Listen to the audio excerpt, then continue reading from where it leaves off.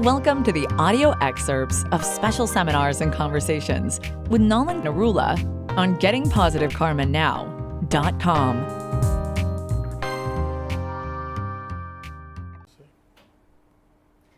So I was just wondering, and the strange thought which comes to me that eventually when you get older, do you really lose on the purpose of your life? Because the people just relate it to raising, get income and saving, making houses and going on.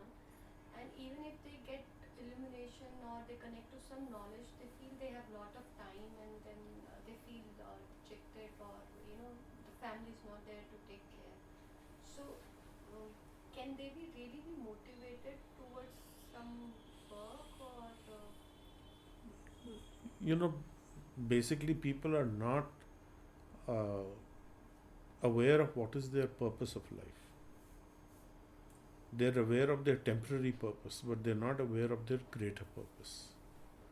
The problem is that if you get captured in this cycle of just focusing on this lifetime, not understanding that you have previous lifetimes and future lifetimes, you are going to be in problem. Like in Bhagavad Gita, we understand it is actually the time factor that makes us ignorant. Avidya is coming from the time factor, because we are engaged by time, under the influence of time, thinking we have very limited time and we are focused on our bodies and this lifetime. We are not worried about the future. So at the end of the life, when all your responsibilities are taken care of, then what do you do? So then you need to have that understanding that I have to work towards my higher goal. What is the higher goal? If you do not know that, how will you go to your higher goal? Because you are unaware. So again you take birth and then you go through this whole rigmarole once more. And you don't escape. So the knowledge about past life, future life must be there. And it is easy to understand that if we understand, first of all, I am not this body, because my consciousness constantly changes bodies in this lifetime, as according to the biochemists. A biochemical scientist will tell you this, that all the cells of your bodies change and your consciousness is traveling unchanged through it, and you keep re-identifying with new bodies.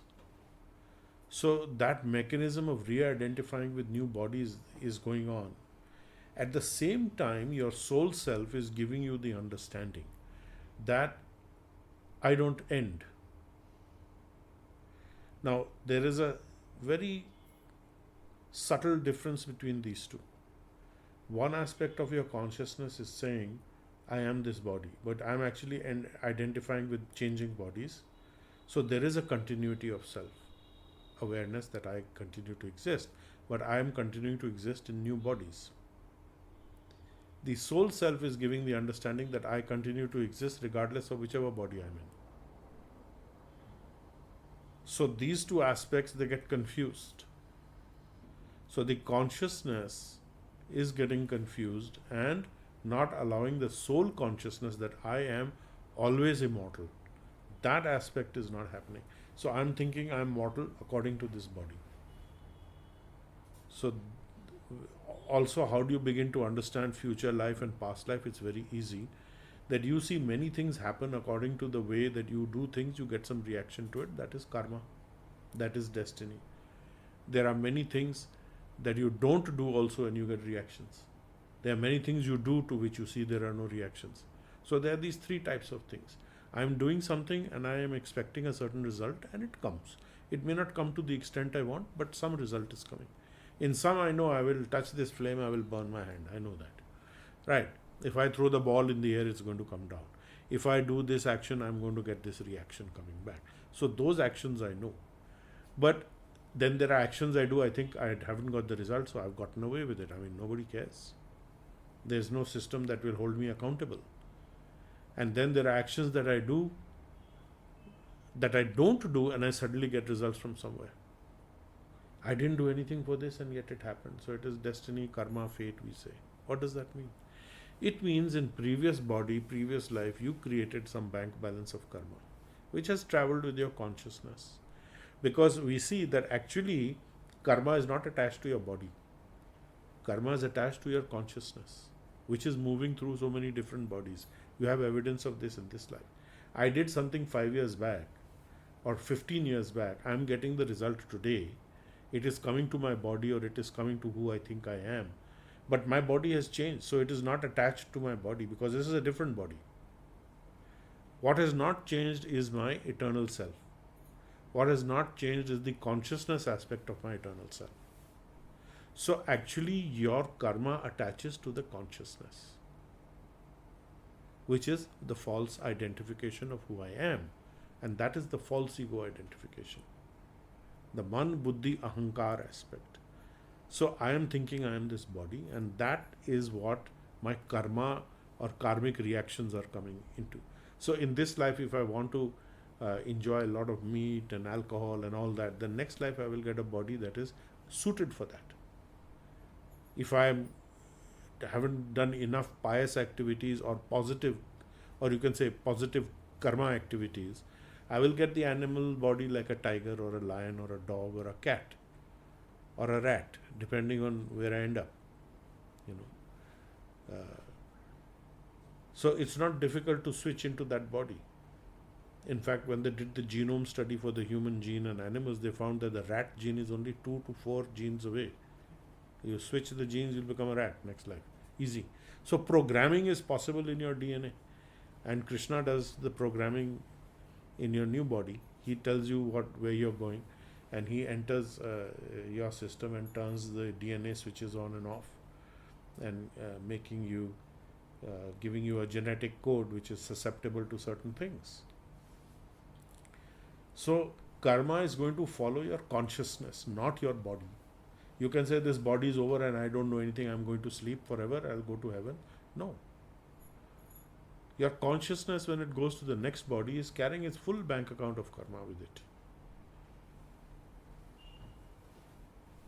So you have to be aware of that. So if you don't have, this is the fundamental basic knowledge. How to understand that nothing finishes at the end of your body. That is basic. So when you are not having that basic understanding, you are ignorant, you are going to continue to have these issues, and you will have these problems facing you when you go ahead in your old age, or when you have given up or finished with all your liabilities and obligations of the present life. So the minimum thing to really understand is that I am not ending, neither is my karmic bank balance ending, unless I take a spiritual path. But so there is no, sorry for interrupting, I'm trying to understand, but there is no memory that the person will have of what he or she has done. So memory is not a requirement for karma. When you were 2 years old and playing in the dirt and all that and rolling around with the doggies, you don't remember, but your parents do. Elders who saw you do. So they say, yes, we saw you. बिना चड़ियों के घूमता था. तो how so? Is that possible? But still being that आपने जो So your memory is irrelevant. Your memory of what you did in your previous life is irrelevant, or you don't have the memory is not an excuse. Ignorance in any case is not an excuse of anything. So it is, we can only understand by intelligence. Why is this happening if I don't have the memory? How will you hold the memory of so many previous lifetimes? It will make you unable to function. If you have memories of your past lives, it will make you unable to function in this life.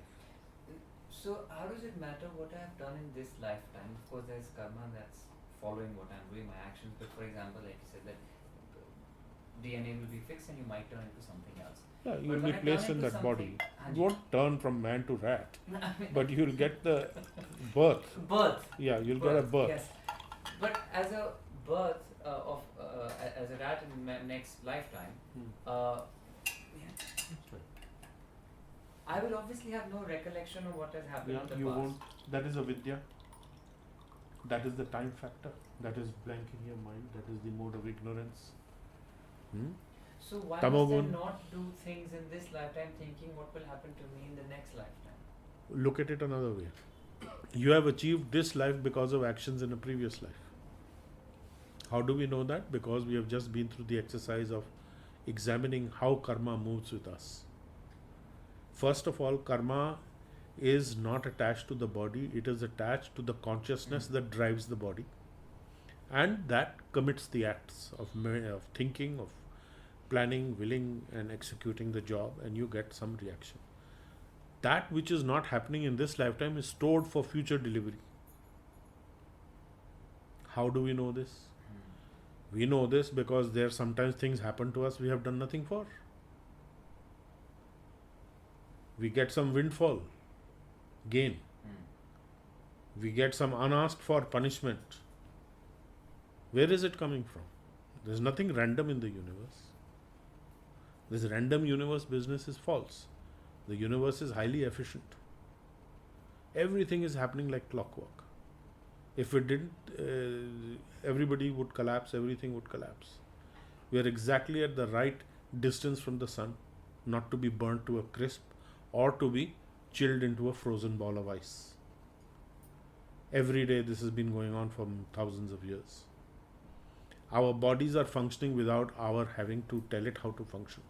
There is an inbuilt intelligence. So we cannot say it is random. So previous life is responsible for things that happen to us, at least where we do not know why this event has happened to me. I didn't ask for it. I didn't act for it. If you talk about karma theory, you might argue I didn't act for it. So it's not so simple. There are so many things you act for, you don't get the results also. Why? Or you get much later. And then there are things that you get results for or reactions to which you didn't energize. And neither people around you can see, I don't see you did anything for it. So it is coming from the previous. Similarly, what you do today is going to build your bank balance to get your next life.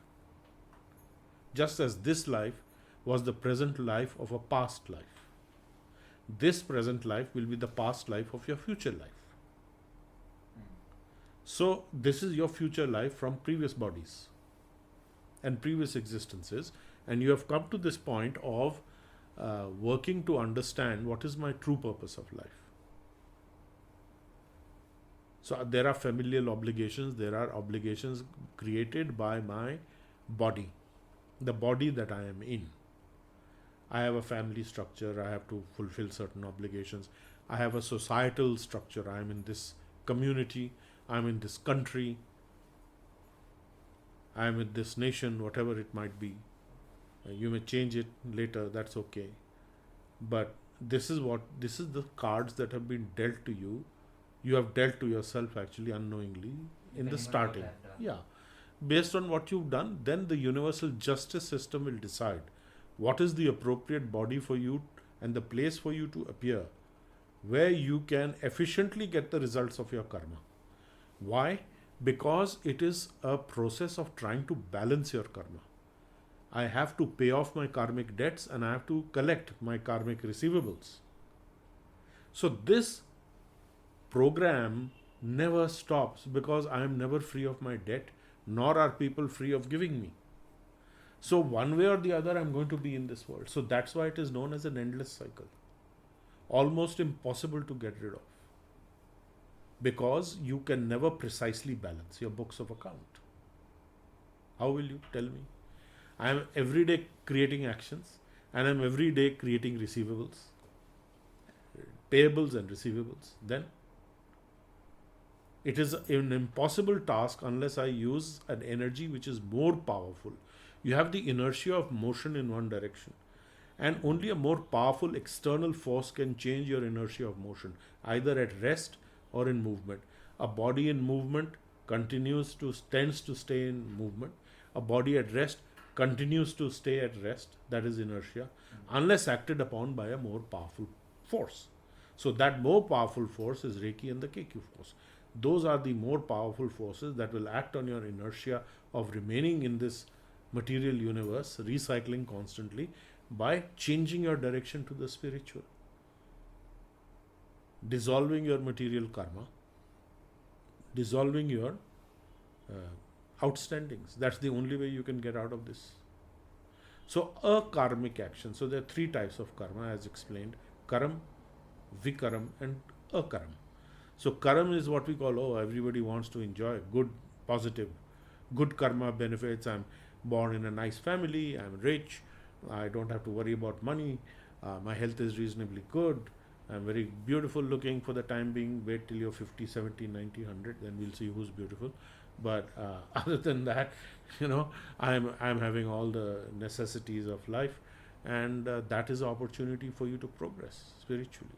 Krishna says that people who have not completed their work, those who are yogis or who have devotees, they have not finished, I give them opportunity to be born in rich families or in the family of Brahmins, that means knowledgeable people, so that they already have a push start in that way, that you have a good birth, you can progress. Now you don't have to worry about so many things that others have to worry about. You don't have to worry about your daily bread, so to speak. So you come into that scene, and then you work, and if you are fortunate enough to understand the necessity, or your karma pushes you in a direction and you get a spiritual initiation, then that is the life-changing thing that can change your direction from the material to the spiritual while improving your material. But what is happening is that people are only interested in the material, and so they begin to lose it. If this doesn't work, then I will give up my healing, because the healing hasn't given me the results. Let me go and find. So healing is not your order supplier, as Bhaktivedanta Swami used to say. The divine is not your storekeeper. ATM. You will not get unlimited benefits like this. It is not meant to do that. It is meant to help you balance your karmic accounts. Now, if your karmic accounts are going to be balanced only when you take the responsibility for getting that spiritual connection and doing the healing and acting accordingly in your life, only then will you get it. Otherwise not. So the higher purpose of life is this only, that you need to understand this process. And this is very scientific. This is no real objection, scientifically speaking, to this, research-wise. So if you at least understand this theoretically, then you can at least move on the path where you will start developing the knowledge how to do better. So this will help you develop further.